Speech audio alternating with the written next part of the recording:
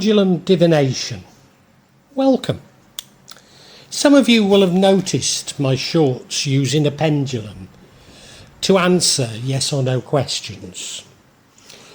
Every so often, and maybe somewhat randomly, these get picked up by the YouTube algorithm. And I get many viewers, especially young people from the United States, who seem absolutely intrigued by it. When I bought the Tarot Nusantara tarot pack, which I have reviewed in another vlog, it came with a cheap pendulum. So basically I just thought, well, I'll give it a try. And I was absolutely amazed at how quickly the pendulum seemed to move, either in a clockwise or anti-clockwise motion. And I soon began to realise that this corresponded to yes or no answers. And indeed, I calibrate or test my pendulum that I've got the right direction for that regularly. But I've never given it much thought. Although I've discovered that I probably do have quite strong divination and healing powers, I've got to say that the pendulum's just not something that feels important to me. And maybe that in itself is important, as you will hear later. Now, my father, who died over 2 years ago, was a dowser. To him, it was just a practical skill for locating water. He never saw it as any more, just a skill that he'd used as a young man working on farms. He certainly believed in applying science to farming. Indeed, during the war, he was taken on by the Ministry of Agriculture to apply science to farms to increase food production during the war. So he saw this dowsing as a skill. He certainly didn't see it as a pseudoscience. He just saw it as a tool to use on the farm. Now, I've used the word pseudoscience, and I have to tell you a little story. I don't know if you've seen those bracelets that are promoted on YouTube, indeed, from China, and they always have a story of a Western person who started life badly. Maybe they ended up a cleaner in a toilet and in a cemetery even, and they find a wallet belonging to an old Chinese man, and he gives them one of these bracelets, and they're now a multi-millionaire. Well, if you look at their adverts, they describe it as feng shui, and not tongue-in-cheek, they describe feng shui as a pseudoscience, clearly not understanding that pseudoscience is a somewhat derogatory term. Anyway, let me assure you, my father didn't see it as a pseudoscience. Dowsing. Now, the origins of dowsing are opaque. You know, it might go back to the ancient Egyptians, the Greeks, the Romans, but certainly by the 16th century, it was being used in Germany to locate metal ores. Indeed, in 1518, Martin Luther suggested that dowsing for metals broke the first commandment, i.e. it was an occult act. In the 16th century, German deep mining technologies was in massive demand all over Europe, and many German miners were licensed to live and work in England. In particular, the main mines at the time were Devon and Cornwall and Cumbria. And in 1638, German miners were recorded as using dowsing to locate silver in Wales. Leonardo da Vinci and Isaac Newton were said to use pendulums for divination. Dowsing was conducted in South Dakota in the late 19th, early 20th century to help farmers and ranchers locate water on their property and drill for wells. In the late 1960s, during the Vietnam War, some US Marines used dowsing to attempt to locate weapons and tunnels. Dowsing is still used, in the UK in particular, by farmers and water engineers. However, many of the UK's water utilities would try and distance themselves from the practice. Traditionally, it uses a U-shaped Hazel branch, and when the branch dips, then you've located water or metal or whatever it is you're looking for. But two L-shaped metal rods are also used. I think that's what my father used. And he used to claim it was when they crossed. More recently, electronic devices have been sold to locate explosives.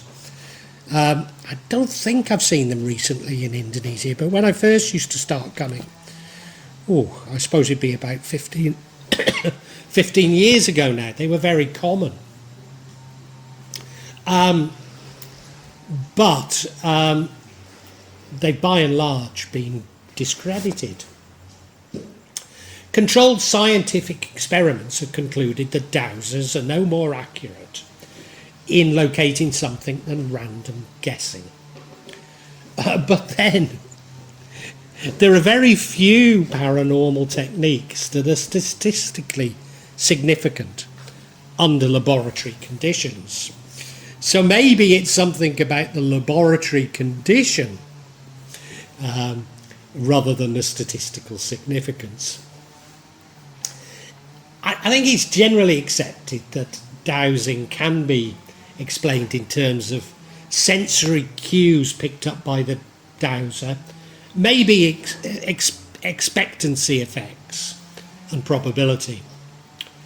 And even Albert Einstein is quoted as saying the dowsing rod is a simple instrument which shows the reaction of the human nervous system to certain factors which are unknown to us at the time.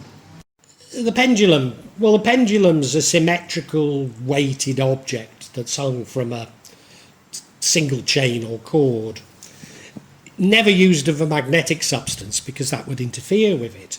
It's often a crystal.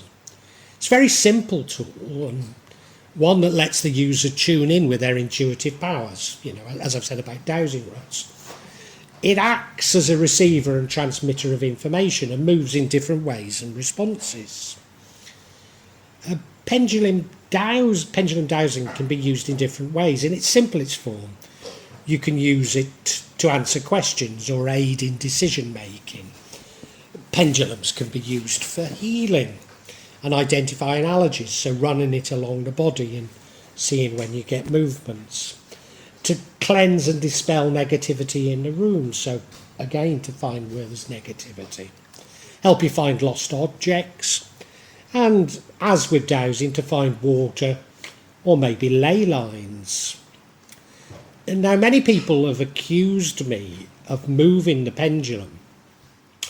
And indeed, when I look at some of my shorts, my arms do indeed appear to be moving at times. I've also found how I can put pressure on the chain of the pendulum to change the direction of the movement. But I've got nothing to gain from a yes or no response. What difference does it make to me whether it says yes or no? Not only that, I'm not earning a living from my channel. Well, I'm not earning any money. not even a living. I'm not earning any money from my channel. And certainly, even, massive numbers of young people looking at shorts with me of a pendulum is unlikely to ever make me money from YouTube. So, I've got no skin in it, My arms might be moving, but they're involuntary. What I think is happening, that I feel a direction of movement and then my arm may magnify that, but I honestly don't know. It's not conscious. Now, I do believe it acts as some sort of receiver and transmitter, maybe from my higher guidance. Do I believe in guardian angels? Well, let's use the word guardian angels. Spiritual teachers.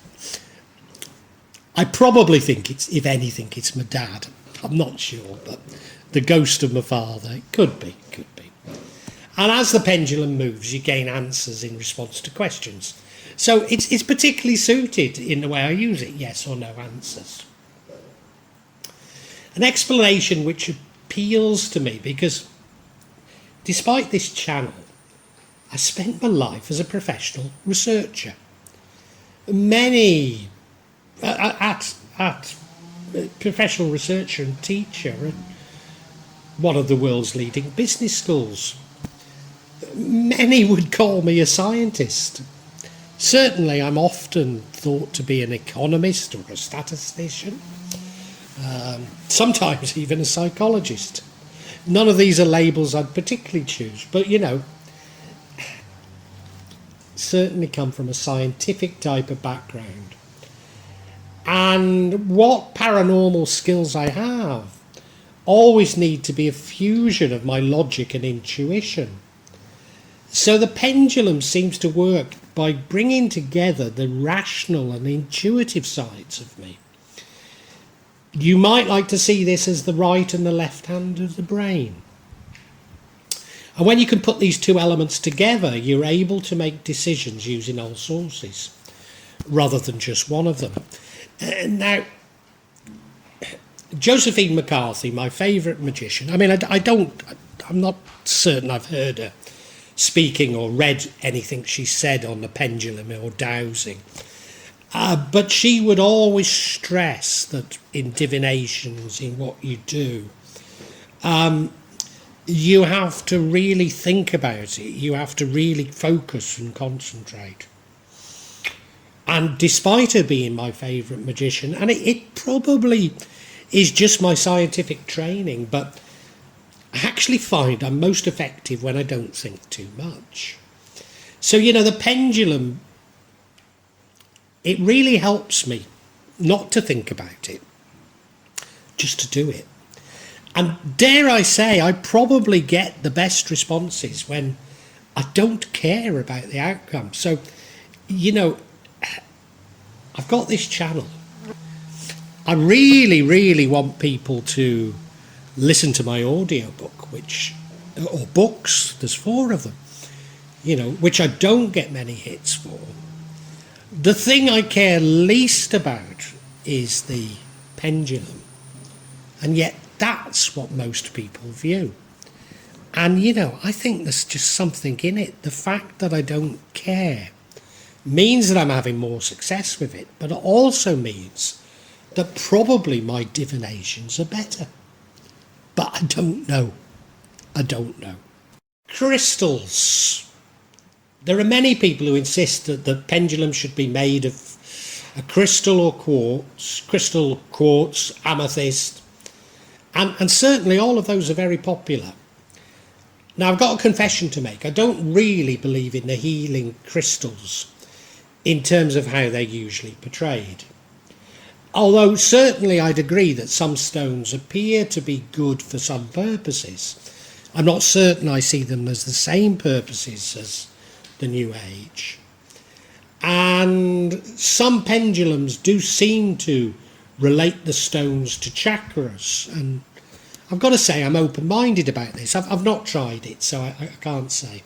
What I do believe is that black as beaded mirrors, crystal balls, and many other things, maybe even hand phone screens, can be used for scrying, that is communicating with spirits.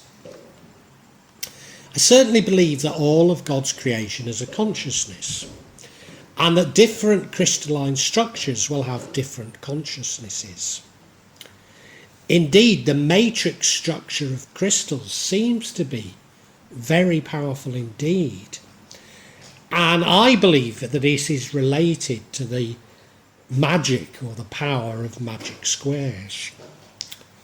Certainly in Indonesia, Dubai jinns and Hadus into stones, especially in rings. So I'm not writing off the use of crystals. I'm just saying I'm a bit dubious of the way that they're portrayed. But what it does seem to me is that this could interfere with the reading, with the divination. And the truth is that my cheap pendulum is actually made of plastic. It's a plastic crystal. Now, I might at some time buy an actual crystal, but I'd need to practice with it and see how well it works, because this plastic one seems to work brilliantly, you know. I have, and I did post them. I used a Jimat, which is a talisman known as Chimetti Alley, and that contained Hodum. And I've got to say that despite it containing Hodum, I was not aware of any difference. But those shorts got very few hits.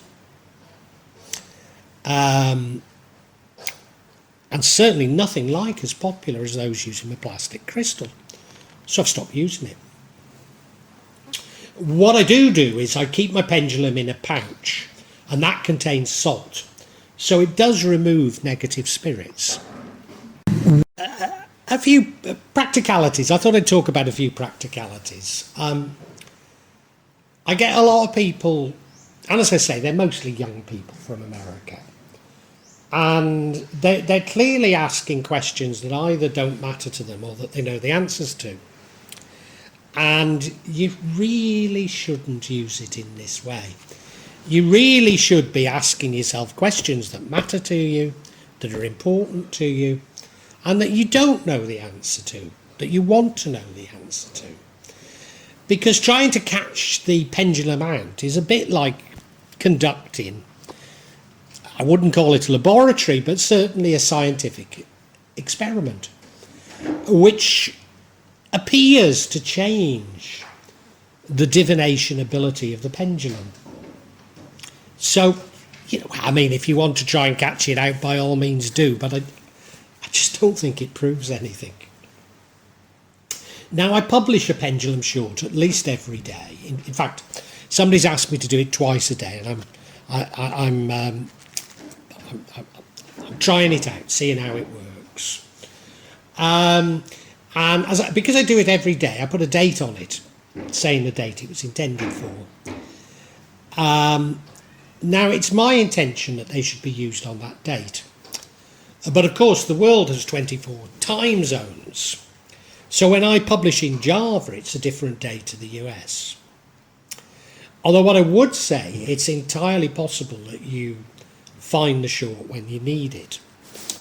Now, as I say, I get my yeses and nos from the either clockwise or anti-clockwise direction the pendulum moves.